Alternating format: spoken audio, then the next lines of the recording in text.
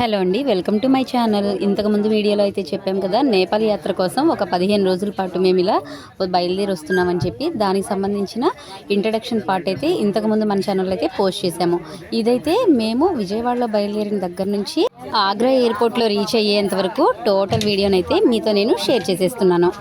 ఇదిగోండి, మేము ఇలా నేపాల్కి 20 రోజుల యాత్ర పాటు బయలుదేరుతున్నప్పుడు మాకు కావలసిన సరుకులన్నీ కూడా ఒక 10 రోజుల ముందే లారీలో అయితే పంపించడం జరిగింది. అంటే అక్కడ ఉన్న 8 రోజుల పాటు కూడా మేమే కుక్ చేసుకొని వండే విధంగా ప్లాన్ చేసుకొని వంట మేస్త్రిని అలాగే డాక్టర్స్ని అవసరమైనటువంటి మందులు అన్నిటినీ కూడా రెడీ చేసుకొని బయలుదేరాము. బయలుదేరే రోజైతే రానే వచ్చింది. ఇలా బస్సులకైతే పసుపు కుంకుమలు అద్దేసి పూజలు చేసేసి జై శ్రీరామ్ అని చెప్పి ప్రతి ఒక్క ప్రయాణికులు కూడా రామాలయంలో కొబ్బరికాయ కొట్టిన తర్వాత జై శ్రీరామ్ అంటూ యాత్రకి వెళ్తే బయలుదేరాము. ఇలా మా ఏరియా దగ్గర నుంచి అయితే 3 బస్సులను పెట్టడం జరిగింది. ఈ యాత్రకు వచ్చేవారు మా ఏరియా దగ్గర నుంచే కాదండి, విజయవాడ దగ్గర నుంచి, హైదరాబాద్ దగ్గర నుంచి, అలాగే కొంతమంది రాజమండ్రి దగ్గర నుంచి కూడా వస్తూ ఉంటారు. విజయవాడ నుంచి వచ్చే వాళ్ళైతే రాజమండ్రి నుంచి, మా ఏరియా దగ్గర నుంచి వచ్చే వాళ్ళందరం కలిసి విజయవాడలో కలుసుకుంటాము. అలాగే హైదరాబాద్ నుంచి వచ్చేవాళ్ళు డైరెక్ట్గా ఆగ్రా పోర్ట్లోనే దిగేస్తారు. సో ఇక్కడైతే మీరు చూస్తున్నది 3 బస్సులని పెట్టామని చెప్పాం కదా. ఈ బస్సులకైతే మేము పూజలు చేసేసిన తర్వాత ప్రతి ఒక్కరం కూడా ఈవినింగ్ ఈ బస్సుల్లో గ్యాదర్ అయిపోయి విజయవాడ బస్ స్టాండ్కి అయితే చేరుకున్నాం. అక్కడ నుంచి ట్రైన్ ఎక్కిన తర్వాత ఒక 1.5 డే ట్రావెల్ చేస్తే మనం ఆగ్రా పోర్ట్లో దిగుతాం. మేము ఎక్కవలసిన ట్రైన్ అయితే నైట్ టైము 11:30కి అయితే ఉంది. కానీ ఎప్పుడు కూడా ఈ ట్రైన్స్ లేట్గానే వస్తాయి కదా. 2 అవర్స్ డిలే అయిన తర్వాత 1 గంటకైతే విజయవాడ రైల్వే స్టేషన్కి వచ్చింది. అప్పటి వరకు కూడా విజయవాడ రైల్వే స్టేషన్లోనే మేము అటు ఇటు సరదాగా ఆటలాడుకోవడం కానీ, ట్రైన్ కోసం వెయిటింగ్ చేయడం కానీ, ఇలాంటి చిన్న చిన్న టైం స్పెండింగ్ తోటే సమయం అంతా కూడా గడిచిపోయింది. ప్రతి సంవత్సరం కూడా భాష్యకార భక్త సమాజం వాళ్ళు ఇలా ఏదో ఒక యాత్రని చేస్తూనే ఉంటారు. పోయిన సంవత్సరం అయితే కాశీ యాత్ర పెట్టారు. ఈ సంవత్సరం అయితే ఇలా నేపాల్ యాత్ర అనమాట. దీనిలో ముఖ్యంగా చూడవలసినవి బుద్ధుని జన్మస్థలమైన లుంబిని, అలాగే సీతాదేవి జన్మస్థలమైనటువంటి జనక్పూర్, ముక్తినాథ్ ఆలయం, పశుపతినాథ్ టెంపుల్, ఇలాంటివన్నీ ఎన్నో ఉన్నాయన్నమాట.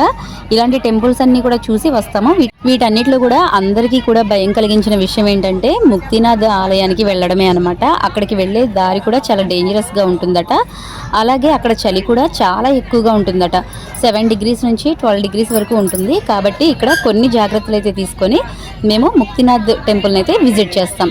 అమ్మయ్య, మొత్తానికైతే ఒక 2 అవర్స్ డిలే చేసుకొని మేము అనుకున్న ట్రైన్ అయితే వచ్చేసింది. ఆదరబాదరగా మేమున్న లగేజ్ అంతటితోటి ట్రైన్లోకి అయితే ఎక్కేసాం. తీరా ఎక్కేసిన తర్వాత ట్రైన్ మాత్రం అరగంట వరకు కదలలేదు. ట్రైన్ ఇలా ఫాస్ట్గా ఎక్కడం, ఎక్కిన తర్వాత రిలాక్స్ అవ్వడం, ఇలాంటి చిన్న చిన్న ఎక్స్పీరియన్స్లన్నీ కూడా ట్రైన్లో కామన్గానే ఉంటాయి కదా. ఇక ట్రైన్లోకి వచ్చిన తర్వాత అయితే మేము ఏసీ కంపార్ట్మెంట్ తీసుకున్నాము. కొంతమంది అయితే ఏసీ కంపార్ట్మెంట్ వద్దని చెప్పి స్లీపర్ కంపార్ట్మెంట్ అయితే తీసుకున్నారు. ఇక 1.5 డే జర్నీ చేయాలి కాబట్టి ఎక్కువ శాతం నిద్రపోతూనే ఉన్నామన్నమాట. ఎందుకంటే చాలా టైర్డ్ అయిపోయి ఉన్నాము.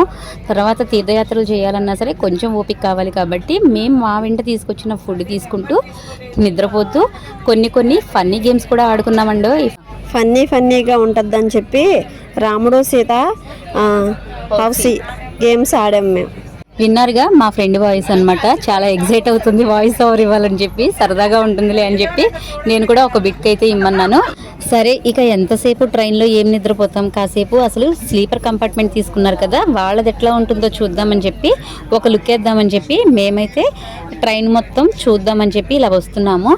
ఏసీ కంపార్ట్మెంట్ దాటిన తర్వాత ఈ స్లీపర్ కోచ్ల్లోకి వస్తే మామూలుగా లేదండి. క్లైమేట్ నరకం అంటే నరకం కనబడింది.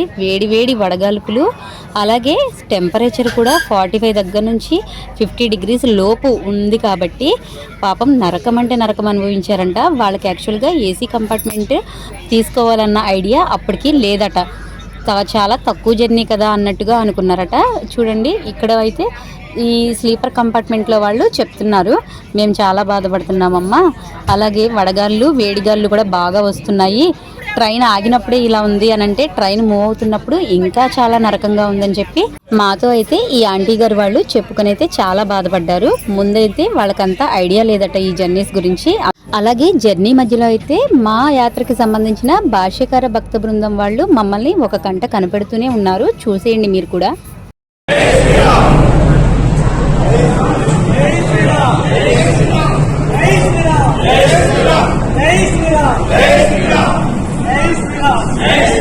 జై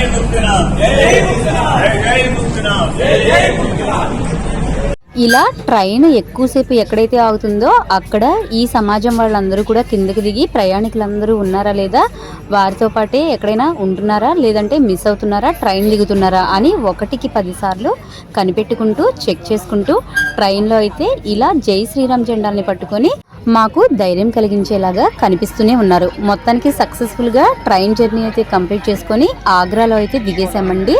ఆగ్రాలో దిగేసిన తర్వాత ఇక్కడ నుంచి మళ్ళీ ఆగ్రా పోర్టుకి అయితే వెళ్ళి అక్కడ ఇంకో ట్రైన్ ఎక్కి లక్నోలో అయితే దిగుతాము. దానికోసం మేము ఆటోనైతే మాట్లాడుకోవడం జరిగింది. 4 పర్సన్స్కి ఒక ఆటో చొప్పున మాట్లాడుకొని ఆగ్రా పోర్ట్లో అయితే దిగాలి.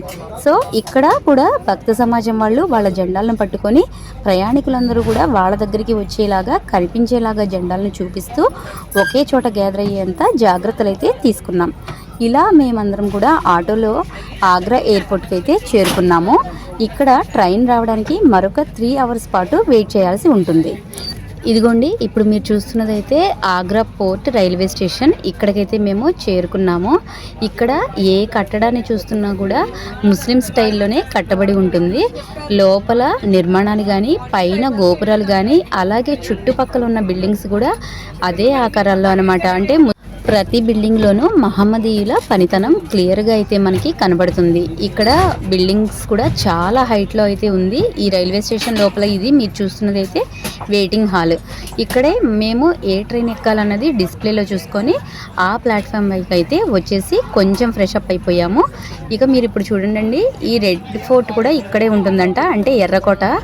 ఇప్పుడు మీకైతే చూపిస్తాను. అది మేము ట్రైన్ ఎక్కడానికి దిగుతున్నప్పుడు మాకు చాలా ఎర్లీ మార్నింగ్ అనమాట. ఆ టైంలో ఇది మీరు చూస్తుంది బ్యాక్ సైడ్ ఉన్నదైతే ఎర్రకోట. దానికి సంబంధించినటువంటి అవి వాల్స్ పూర్తిగా అయితే చూడడం మాకు వీలు పడలేదు. ట్రైన్ వెళ్ళే హడావిడిలో మేము కొంచెం ఫాస్ట్గా అయితే వెళ్ళడం జరుగుతుంది. అందుకే మీకు ఎక్కువగా చూపించలేకపోతున్నా. మొత్తానికైతే ఆగ్రా పోర్ట్లో మళ్ళీ మేము ఎక్కాల్సిన ట్రైన్ అయితే ఎక్కేసాము. సక్సెస్ఫుల్గా అయితే మేము 2 డేస్ జర్నీని అయితే కంప్లీట్ చేసాము. నెక్స్ట్ ఆగ్రా పోర్ట్లో ట్రైన్ ఎక్కిన తర్వాత లగేజీల కోసం వెతుక్కోవడం ప్రతి ఒక్కరికి చాలా హడావిడైపోయింది. ఇప్పుడు మీరు చూస్తున్నారు కదండి, చూడండి, ప్రతి ఒక్కరు కూడా లగేజ్లు ఎక్కడున్నాయి, మిస్ అయినాయా అని చెప్పి చాలా హడావిడిగా అయితే వెతుక్కున్నారు. మాకైతే ఆ బాధ లేదు. నేను మా ఫ్రెండ్ ఇద్దరమే కాబట్టి సింగిల్గా ఒక 2 లగేజెస్ తెచ్చుకున్నాము. అవి సింపుల్గా అయితే ర్యాక్స్లోకి ఎక్కించేసి పీస్ఫుల్గా అయితే కూర్చుండిపోయాము. ఇదండి ఈరోజు వీడియో. నెక్స్ట్ వీడియోలో అయితే లక్నో నుంచి స్టార్ట్ చేసే వీడియోని చూద్దాం. అంతవరకు స్టే ట్యూన్.